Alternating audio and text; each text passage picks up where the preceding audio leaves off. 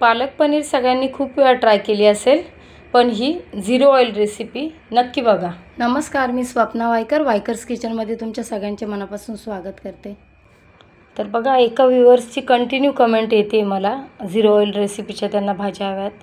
तर त्यासाठी आज मी ॲक्च्युली मील पूर्ण दाखवण्याचा प्लॅन केला होता, म्हणून मी थोडं लेट केलं, पण मला सध्या आता पॉसिबल होत नाही आहे ते, कारण मुलाचं कॉलेज पण चालू झालं आहे, एडिटिंगचा वगैरे खूप प्रॉब्लेम येतो आहे। त्यासाठी मी आता त्यांना काही भाज्या दाखवणार आहेत। तर त्यातली आजची पहिली रेसिपी आहे, पालक पनीर दाखवते। तर बघा, पालकची ना जुडी कालच आणलेली होती, त्यातली मी अर्धी काही वापरली आणि अर्धी फ्रीजमध्ये ठेवली, पण पावसाळा असल्यामुळे लगेच एक दिवसात पण त्यातली काही पानं खराब झालेली आहेत।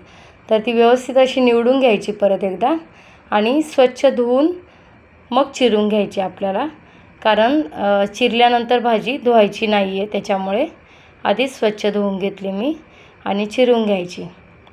तर बघा, अशा पद्धतीने भाजी चिरून घेते। तर आता काय होतं, बरेचसे डायटिशियन सांगतात किंवा डॉक्टरांकडून पण सल्ला येतो काही ठिकाणी डाएटचा, तर त्यासाठी बरीच लोक आता झिरो ऑइल रेसिपी सुरुवात करतात। आरोग्यासाठी ते चांगलं पण आहे, पण तरी पण डॉक्टरांच्या सल्ल्यानुसारच हे सगळं करायचं आहे। तर बघा, कढई गॅसवर ठेवली आणि त्याच्यात मी तो धुवून चिरलेला पालक टाकून दिला आहे। आता पालकचं एकदम मी पाणी निथळून नाही दिलं आहे, कारण आपल्याला तेल टाकायचं नाही आहे, तर व्यवस्थित असं त्याला पाणी सुटलं पाहिजे। तर आता आपल्याला ना काय वाटण करायचे त्या भाजीसाठी ते मी तुम्हाला वाटण दाखवते। हिरव्या मिरच्या टाकल्यात 2 ते 3, थोडासा टोमॅटो टाकला अगदी अर्धा, एक बारीक कांदा टाकायचा आहे आणि जिरं टाकून घ्यायचं आहे। तर आता आपल्याला फोडणी वगैरेमध्ये जिरं मोहरी काय परतायचं नाही आहे, म्हणून मी जिरं वाटणामध्येच टाकते। तर अशा पद्धतीचा मसाला तयार झाला आहे।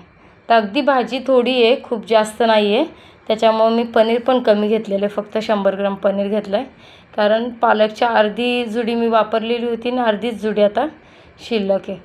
तर बघा, अशा पद्धतीचे पनीरचे ह्या शेपचे काप मी करून घेतलेले आहेत, खूप लहान पण नाही, खूप मोठे पण नाही। तर आता आपण बघूया, पाहू शकता वाफेवर फक्त भाजी शिजली आहे, अजिबात त्याच्यामध्ये ऑइल वगैरे वापरलेलं नाही आहे आणि भाजी बघा व्यवस्थित अशी शिजली गेलेली आहे आणि तिला पाणी पण सुटलं आहे। तर परत जरा वेळ झाकण ठेवायचं आणि लगेचच परत एकदा 2 ते 3 मिनिट जाऊन चेक करायचं। तर पाहू शकता अशा पद्धतीने ही भाजी आता पूर्णपणे शिजली आहे। तर आपण काय करायचं, आता आपल्याला ह्याच कढईमध्ये भाजी टाकून घ्यायची आहे, म्हणून आपण ती पालक काढून घ्यायची। पालक सगळी काढून घेते आणि त्यात जे पाणी आहे ना उरलेलं, ते पाणी मी आता तसंच ठेवते, कारण मला वाटण परतून घ्यायचं आहे। तर आता ज्या पद्धतीने आपण तेलामध्ये वाटण टाकतो आणि वाटण टाकल्यानंतर जसं तेल सुटतं पूर्ण मसाला परतून, तसंच आपल्याला आता इथे पण बघा प्रोसेस होणार आहे। सगळं मी वाटण टाकून दिलं आहे, व्यवस्थित असं हलवून घ्यायचं आणि झाकण ठेवून साधारण 5-1 मिनिट कमीत कमी त्याला वाफेवर मसाला पूर्ण शिजून द्यायचा। तर बघा, तोपर्यंत काय करायचं आहे, आपल्याला जी पालकची भाजी काढलेली होती ना, ती मिक्सरमध्ये वाटून घ्यायची आहे, पण थोडीशी भाजी गरम आहे, तर थोडी वाफ जाऊन देते आणि थंड पाणी टाकून भाजी वाटण करून घ्यायचं आहे। बघा, अशा पद्धतीने भाजी वाटून झाली आहे। इकडे पाहू शकता तुम्ही, अगदी मसाल्याचा कलर चेंज झाला आहे, मगाशी कलर कसा होता, आता कलर कसा झाला आहे, मसाल्याचा कलर चेंज झाला आहे, म्हणजे व्यवस्थित असा मसाला पण परतला गेला आहे। आणि आता हा ग्राइंड केलेला पालक मी याच्यामध्ये टाकून देते। तर पाणी टाकून घ्यायचं आहे आपल्याला गरजेनुसार,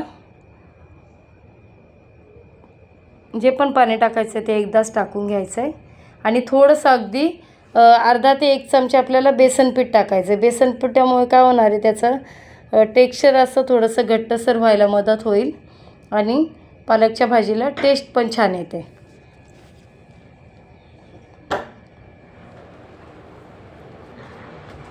तर बघा, आता बेसन पीठ टाकल्यानंतर पण आपण व्यवस्थित असं परतून दिलं आहे। थोडंसं परत मी पाणी ॲड केलं आहे, गरजेनुसार जितकं लागेल तितकं, आणि किंचित हळद टाकायची, थोडासा भाजीचा कलर चेंज होऊ नये त्यासाठी, आणि चवीनुसार भाजीचं मीठ टाकून घ्यायचं आहे।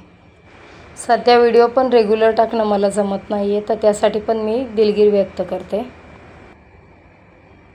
पाहू शकता भाजी आता पातळ दिसती आहे, परंतु ती उकळी आल्यानंतर घट्ट होणार आहे. त्याच्यामुळे मी पाणी टाकताना थोडंसं जास्त टाकते आहे, कारण आता आपल्याला पनीर पण टाकायचे आहेत. आपल्याला पनीर कोणते आपण फ्राय वगैरे करून घ्यायचे नाही आहेत, 0 ऑइल रेसिपी असल्यामुळे.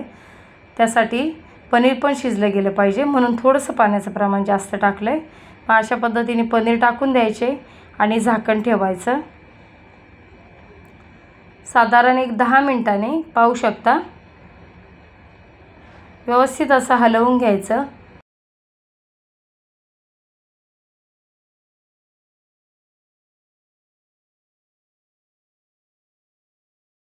पनीर जवळजवळ शिजत आलंय. जरा वेळ आपल्याला फक्त एक 5 मिनिट झाकण लावून घ्यायचं, कारण दुसऱ्या बाजूने पण पनीर शिजलं गेलं पाहिजे.